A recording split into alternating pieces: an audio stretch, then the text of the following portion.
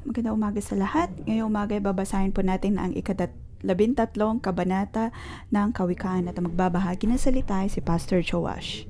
Sa atin pong pagbabasa nito,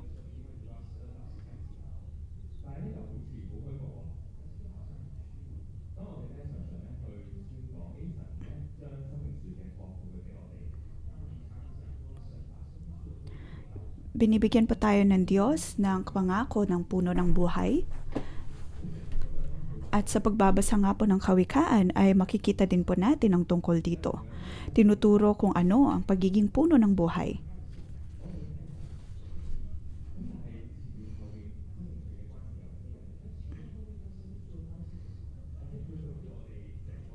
Paano po ito maihalin tulad o kaya may uugnay sa pagiging puno ng buhay? Ang buong libro po ng Kawikaan at ano ang ibig sabihin ng dunong, alam po natin na ang salita ng Diyos ay ang nagbibigay buhay, ngunit ang salita din ng Diyos ay ang batas.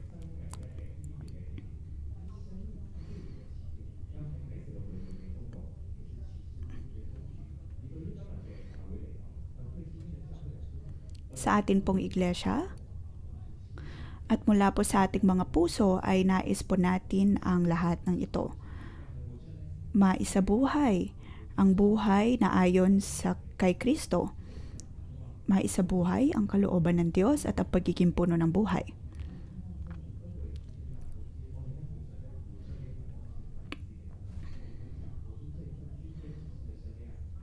Atin pong maisabuhay ang pagiging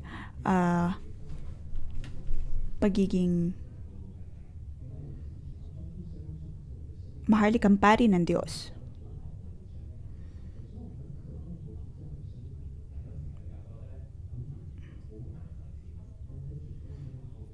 May mga pagkakataon na pakiramdam po natin ay napakalayo ng ating pong paglalakbay tungo sa puno ng buhay.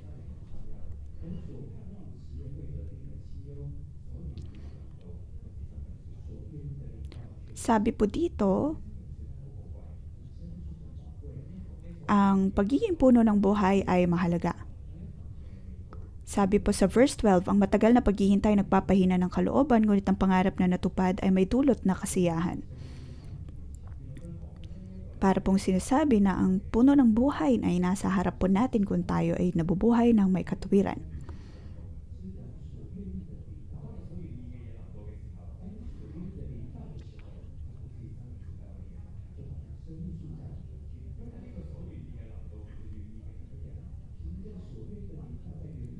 Ano po ang ninanais ng ating mga puso? Anong uri ng buhay ang nais po nating isabuhay? Sa libro ng Kawikaan, ito po ay hindi nanalayo sa pagtuturo ng dunong. Kaya po ba nating isabuhay ang dunong na nagmumula sa Panginoon? Kinagamit ang paraan ng Diyos sa paggawa ng mga desisyon. At ang puno ng buhay ay mangyayari din po sa atin. Kaya naman po ngayong umaga, bibigyan natin ito ng pamagat, tumanggap ng dunong at ang kasiyahan mula sa puno ng buhay ay ating matatanggap.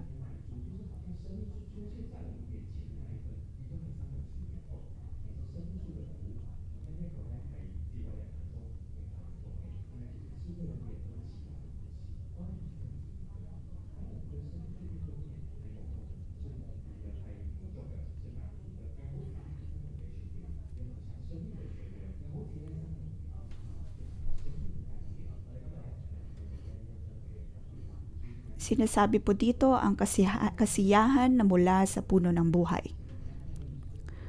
Verse 1 hanggang verse 6, ang unang talata, tumanggap ng dunong, maranasan ng dunong at tayo ay mapagpapala.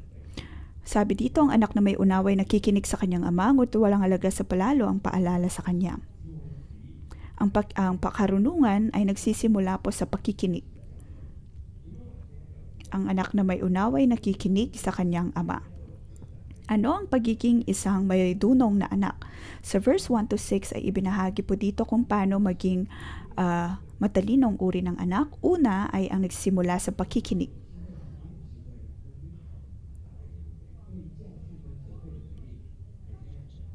Sunod ay kung paano siya tumutugon sa salita ng kanyang ama.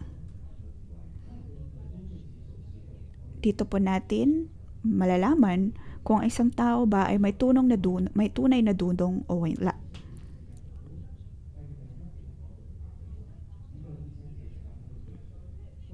Hindi lamang po ito tungkol sa pandinig kundi maging din sa mga labi. Sabi sa verse 2, natatamo ng mabuti ang bunga ng kanyang kabaitan, ngunit ang ninanasan ng masama ay puro karahasan.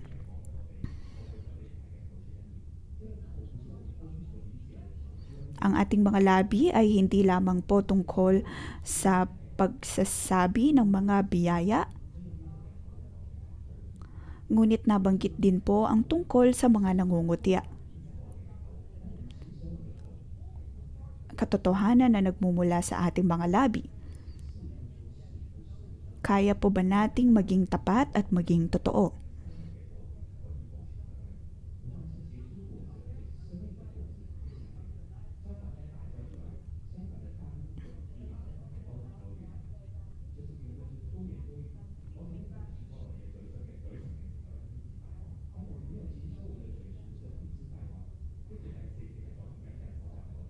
Verse 4, tungkol naman po sa kamay. Ang taong masipag. Verse 5, matuwid ay namumuhi sa kasinungalingan, tungkol naman po ito sa puso. Dapat pong maranasan na ng ating puso kung ano ang pagiging makatwiran.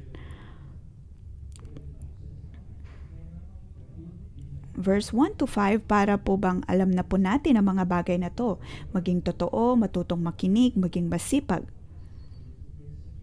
Ngunit binibigyan po tayo ng Diyos ng mas malinaw na perspektibo.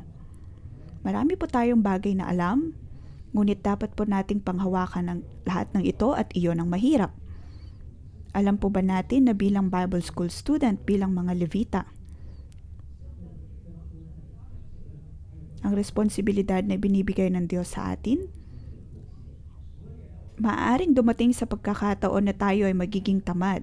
Alam po natin na maraming bagay, ngunit hindi po natin alam isabuhay. O kaya nating isabuhay ng isang linggo, ng isang buwan. Ngunit pagkatapos ng 1 taon, 2 taon, 3 hanggang 10 taon,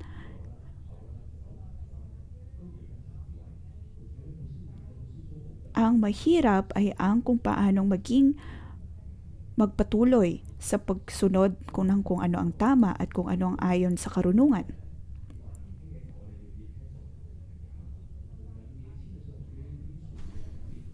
Maaring nung tayo'y bata pa, kaya po nating makinig sa ating mga otoridad. Ngunit pagkatapos ng 20 taon, 30 taon, maraming mga taon, madalas ay mayroon na po tayong sariling perspektibo, may sariling posisyon. At hindi na po ganoon kadili ang makinig. Ang atin pong mga labi.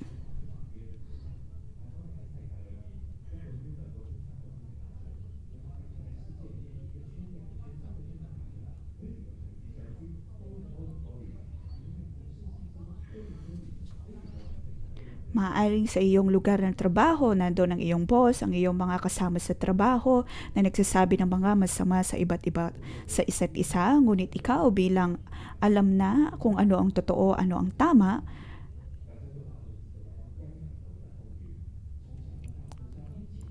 kaya mo bang tumayo sa kung ano ang tama?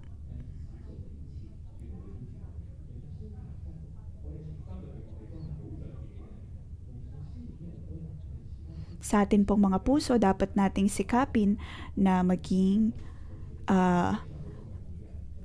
tapat sa pagsunod ng katotohanan.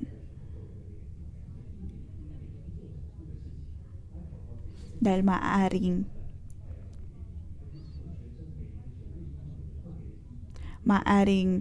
mas madali sa atin na sumunod ng kung ilang araw, kung ilang taon, ngunit hindi magtatagal ay mawawali din ang lahat ng ito.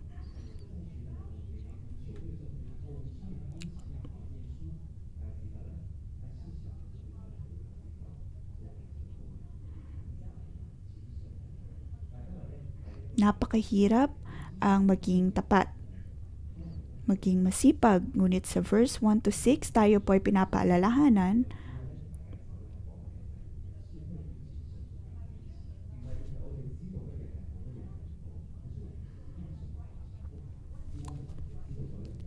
hindi lamang po ito pag-alam ng kung ano ang tama at mali, bagkus ay kung alam po nating panghawakan ito at alam isabuhay.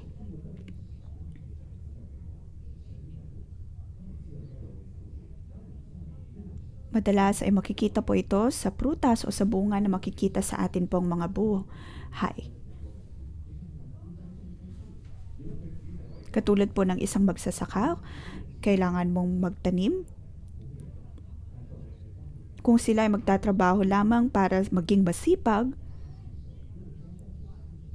mawawalan din po ng ito ng saysay. Ngunit kung lagi silang masisiyahan o kaya ay magagalak pagdating sa mga bunga na mayroon sa mga kanilang tinatanim, ay masigit pa ang kanilang kasiyahan sa pagtatanim. Sa aking pagbabasa ng mga tulutod na ito, ako po ay labis na naanting. Ang bunga na dulot ng puno ng buhay ay tunay na biyayang mabuti iniingatan ng kanyang katuwiran, ngunit ang masama ay pinapahamak ng likong pamumuhay.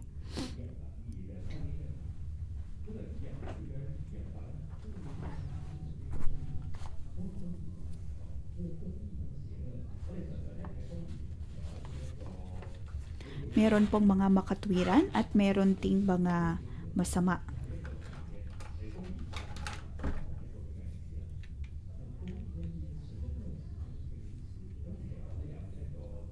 Ang pagiging makatwiran ay isa pong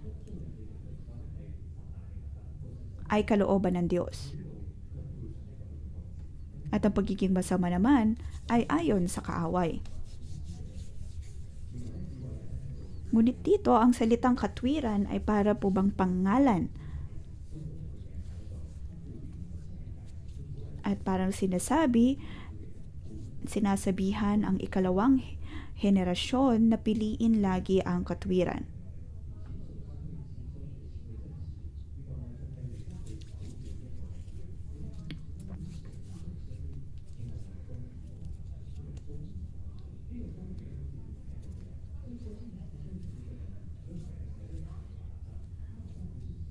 Ang pagiging makatwiran na ito ay para bang personified. Hindi lang po siya bastang katangian, bagkus ay isang pangalan.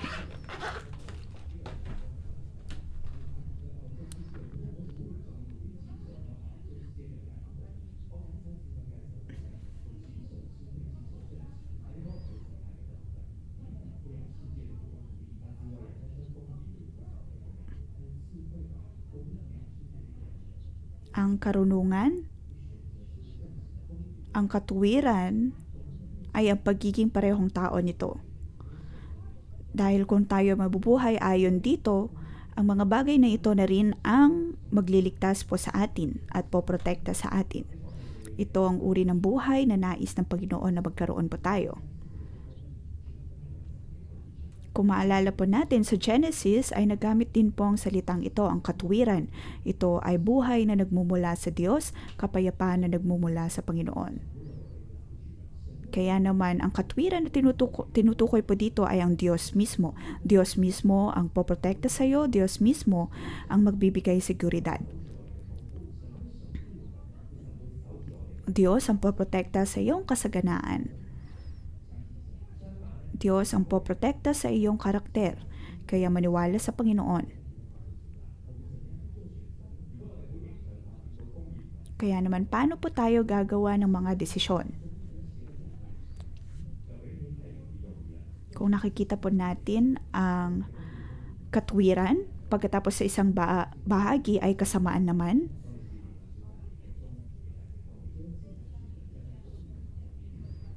dapat po nating piliin na tumayo sa katwiran. Piliin na tumayo sa Diyos ng katwiran, panghawakan ng Panginoon, at tayo po ay magkakaroon ng mga bunga. Atin pong matatanggap ang bunga ng puno ng buhay. Sunod na bahagi,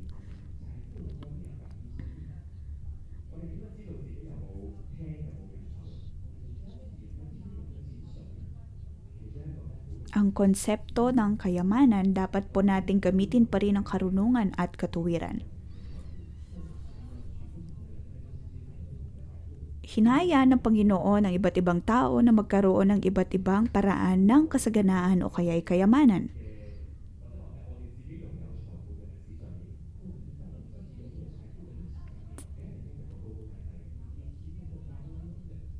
Maaaring sa iyong kasaysayan o sa inyong sariling buhay, pagdating sa kayamanan, makikita mo ang pagtaas o kaya'y pagbaba ng iyong kayamanan.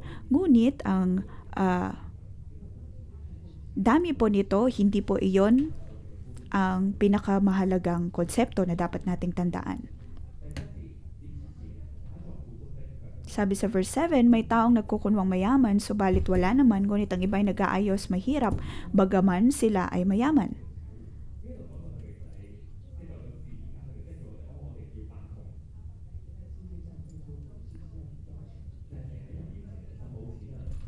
Dito para po bang sinasabi na magkunwaring mahirap? Kaya naman may iba nagsasabi, ako ay laging kulang, wala akong ganong kayamanan.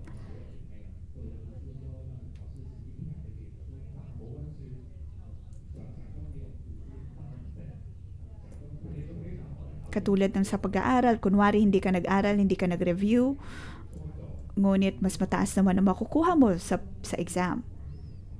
Para din po itong pagkukunwari na mahirap, pagkukunwaring mayaman. Hindi po itong tinutukoy ng verse na ito. Sabi sa verse 8, ang yaman ng isang tao ay pantubos sa kanyang buhay, ngunit sa isang mahirap, ito ay hindi nakababahala. So, kaya bakit ka magkukunwari na mahirap? Hindi.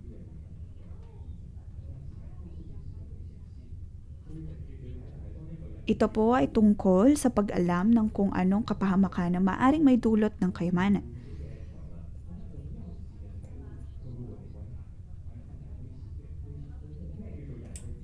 Dahil kung ang isang tao ay magyayabang pagdating sa kanyang kayamanan, maaaring gamitin ito ng iba upang siya'y mapahamak.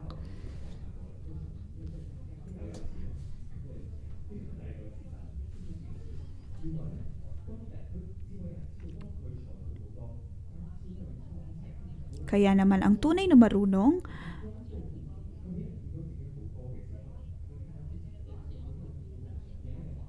ay alam po nila kung kailan ipapakita o kaya hindi ipapakita ang kanilang kayamanan dahil ang pagpapakita nito ay maaari din pong magdala ng kapahamakan.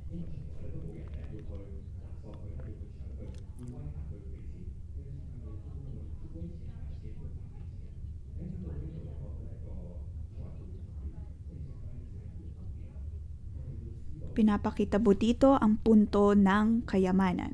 Dapat nating malaman kung ano ang maaaring maidulot na kapahamakan din po nito.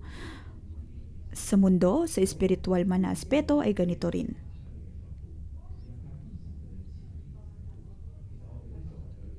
Madalas tayo po ay nag-aalala na ang kayamanan natin ay mawala o kaya makuha mula sa atin. Pagdating sa espiritual na aspeto ay ganun din.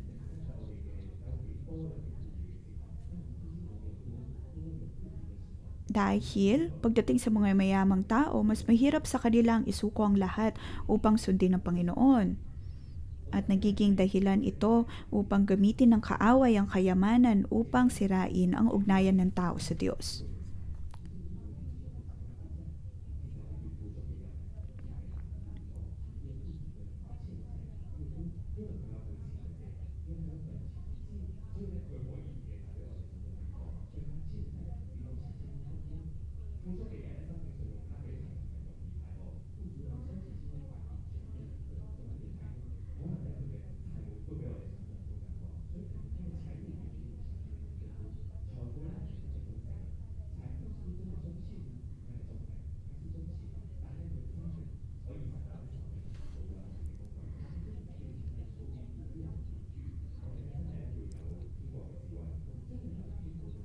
Dapat po tayong magkaroon ng karunungan na nagmumula sa Diyos at kalangitan.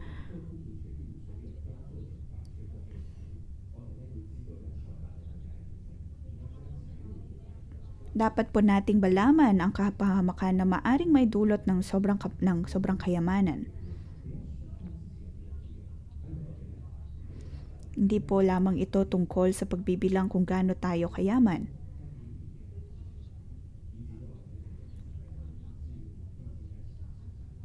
Dapat po natin palagi pa ring asahan ng Panginoon at itong uri ng buhay na dapat nating isabuhay.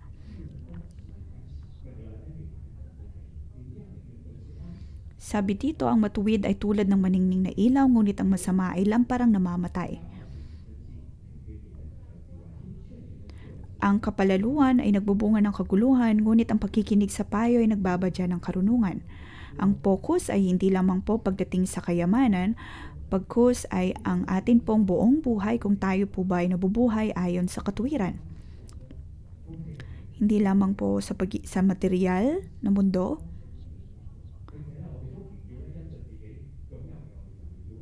pagkus ang tunay na kagalingan ay nagmumula sa pagiging makatwiran.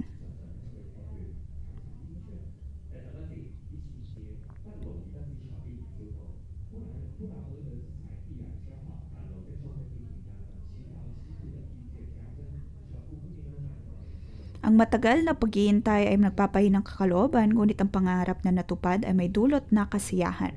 Hindi po dapat tayo naghahabol ng kayamanan. Hindi po naghahabol pagdating sa kayamanan na nagmula sa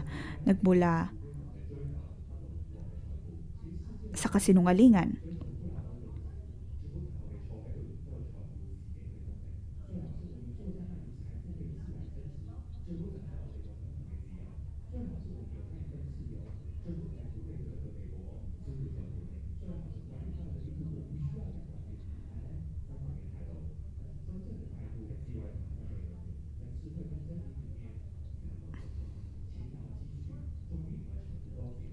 Dapat po tayong magsipag, dapat po tayong magtrabaho, dapat po tayong kumilos. Ang lahat sa ating buhay, maging ang kayamanan, ay nasa atin pong posisyon at pagtatrabaho o kaya sa atin pong desisyon na ginagawa sa buhay.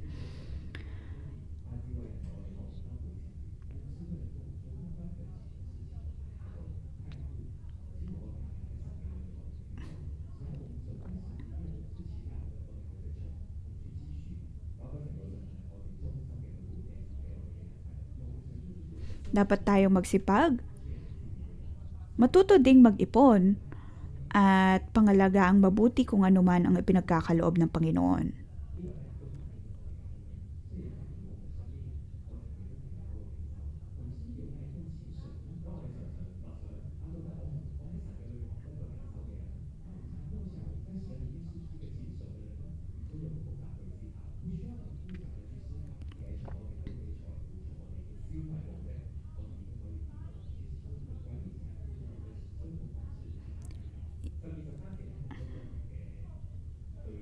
Sa verse 12 at 13,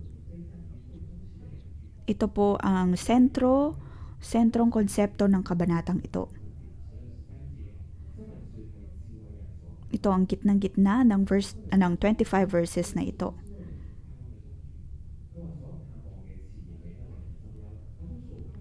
Ang kayamanang 12, ang matagal na paghihintay nagpapahina ng loob, ng kalooban, ngunit ang pangarap na natupad ay may dulot na kasiyahan.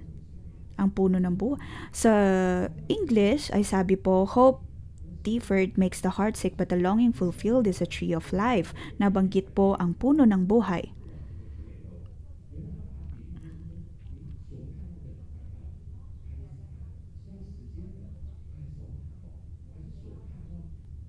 Ano man pong nais natin ay darating, ngunit maaaring hindi po ito magaganap agad-agad. Matuto po tayong maghintay. Matuto po tayong maranasan palalo ang kabutihan ng Diyos.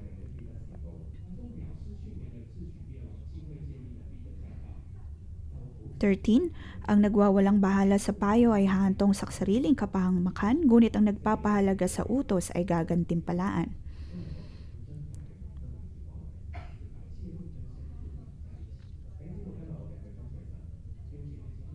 Ngayon, sa atin pong pagsunod sa Diyos,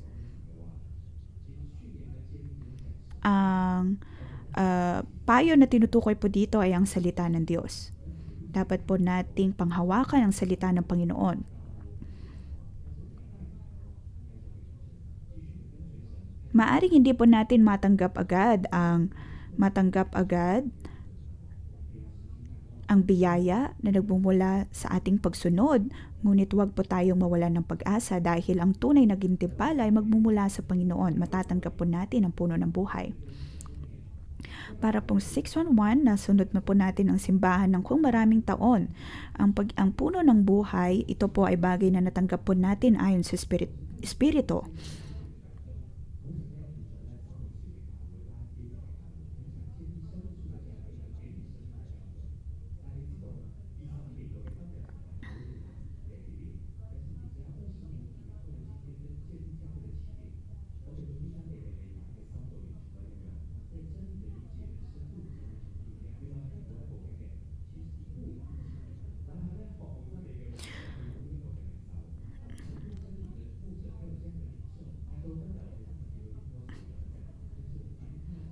Makikita po natin na ang puno ng buhay ay patuloy po na lumalago. At iba't ibang mga bansa ay dumadating din upang tanggapin ang biyaya na ito ng puno ng buhay at ninanais din na magkaroon ng puno ng buhay ng iglesia.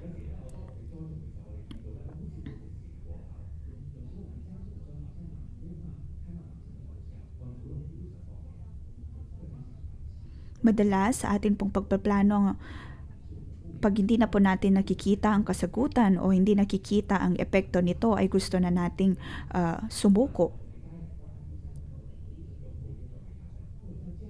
Umaaring sa iyong pamilya, sa iyong sariling buhay, ay nais mong ipasa ang kaalaman na ito pagdating sa puno ng buhay, konsepto pagdating sa puno ng buhay.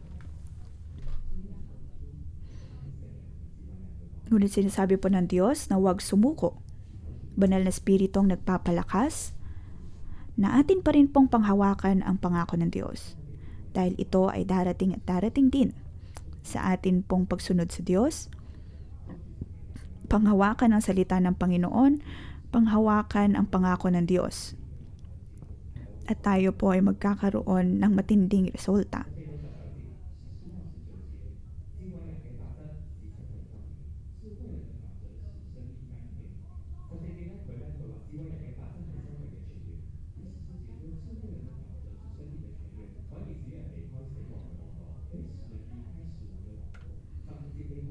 Verse 14-15, ang mga turo ng matalino ay bukal ng buhay, ito ay maglalayo sa bitag ng kamatayan. Ang katalinuhan ay umaani ng paggalang, ngunit ang kataksilan ay naghahatid sa kapahamakan. So verse 14 hanggang 19, tinuturo po dito ang kung paano gumawa ng mga desisyon.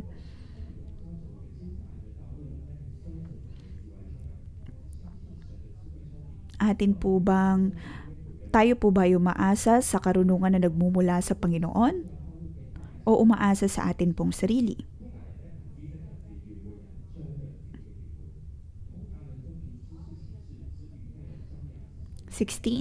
Ang katalinuhan ng isang tao nakikita sa kanyang gawa, sa kilos ay nakikilala ang taong walang unawa. Ayon sa katinluhan, tayo po ay lumalakad pa rin ayon sa kalooban ng Diyos.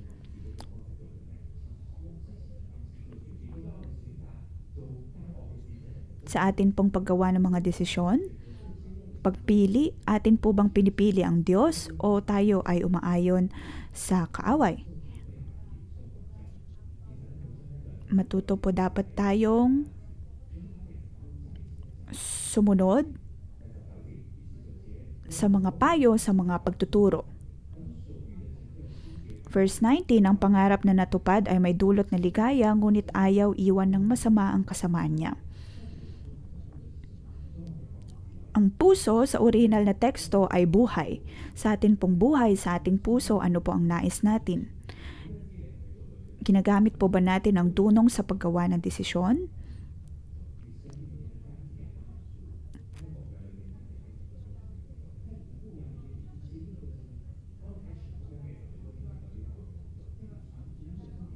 Sa atin pong pagbabahagi ng Ebanghelyo, naroon po ba ang tunay na kasiyahan? Sa atin pong paglakad sa katotohanan, naroon po ang tunay na kasiyahan. Ito po ang tunay na daan ng mga matatalino. Kaya naman mga kapatid, dapat nating panghawakan ang kasiyahan na ito. Lalo na sa atin pong paglilingkod. Sa paglilingkod, dadating ang pagkakataon na tayo ay mapapagod. Kaya naman mahalaga na magkaroon tayo ng mga tamang desisyon, magkaroon ng tamang pagsunod. May mga pagkakataon ng ating pong puso, ang ating sariling buhay, ang ating baka nais ay maglalaban-laban. Kaya naman po ating naririnig ang tungkol sa paglakad sa puno ng buhay o kaya paglakad ayon sa paraan ng mundo. Napakaraming mga uri ng karunungan na nagmumula sa mundo. At madalas ay pinagdududahan natin ang ating sarili, lumakad po ba tayo ayon sa katotohanan, lumakad po ba ayon sa puno ng buhay? Ngunit ang karunungan na ito na nagmumula sa Panginoon ay nagsasabi na ang kasiyahan mula mismo sa ating puso ang magsasabi kung tayo ay sumusunod sa tama. Kung sa atin pong paglilingkod ay naroon ang tunay na kasiyahan. Tayo mismo ay nasisiyahan.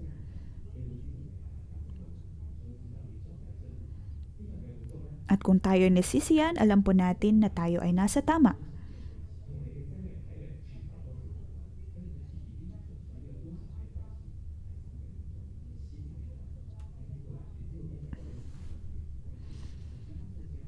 Kaya mga kapatid,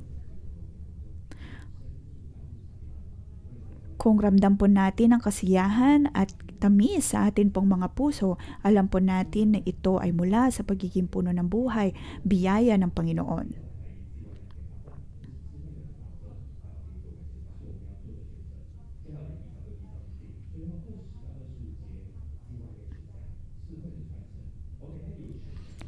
(20 to 25) ang pagpapasa ng karunungan.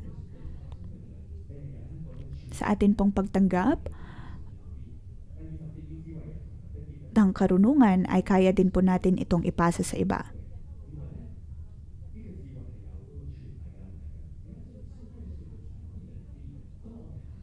Ang karunungan na ito ay kaya din po nating ipasa sa ating pong paglalakad sa puno ng buhay, ayon sa puno ng buhay, panghawakan ng salita ng Diyos, ang Torah, ang dunong na nagmumula sa Panginoon.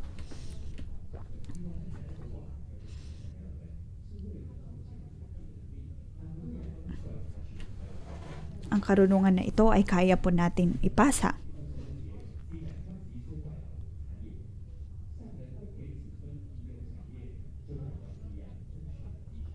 (22) Ang matuwid ay nagiiwan ng pamana hanggang sa kaapu-apuhan at sa matuwid na uuwi ang naipon ng isang makasalanan.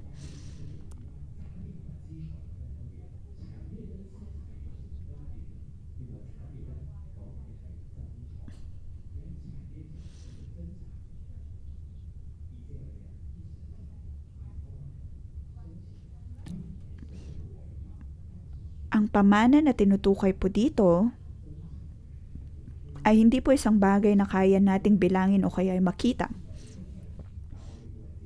Bagkus ay kakaibang uri ng pamana.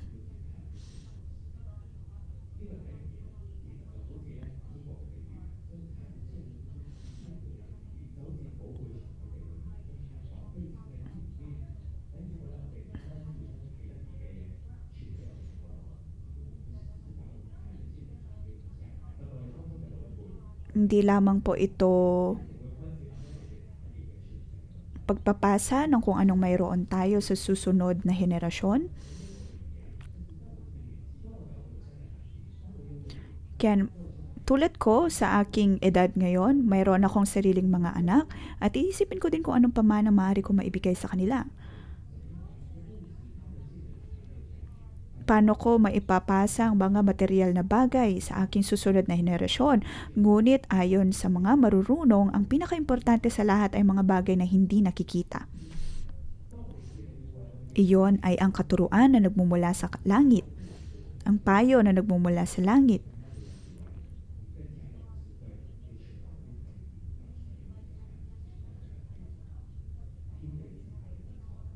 Kaya naman dapat po nating pahalagahan ang mga bagay na hindi nakikita dahil ito ay mula sa kalangitan at ito ang tunay na pamana, tunay na kayamanan.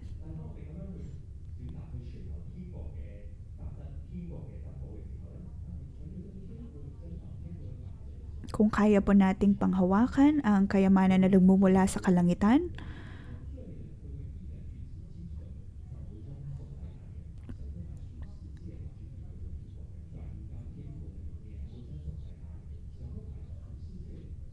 magkakaroon din po ng pagbabago kaya transfer of wealth mula sa mundo tungo sa mga makatwirang tagasunod ng Diyos.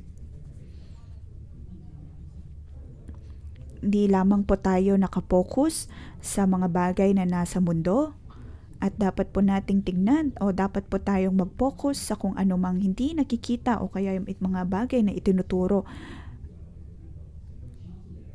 ng Diyos. Dahil Diyos ang kaya naman pong magkaloob ng lahat ng nating pangangailangan.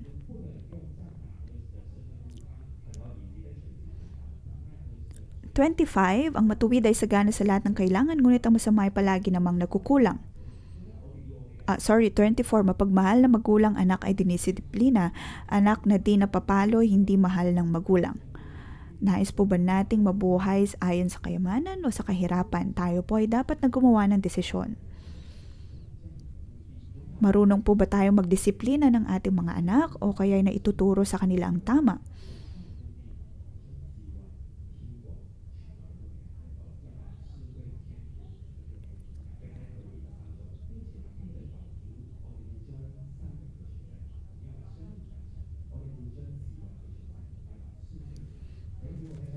Dapat ay marunong po tayong magpasa ng tunay na karunungan, magpamana ng tunay na karunungan at ng katuruan ng Panginoon. Matanggap ang karunungan na nagmumula sa Diyos.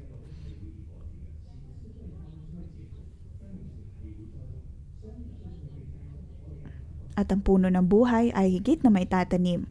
At ang susunod din po na mga henerasyon ay mapagpapala.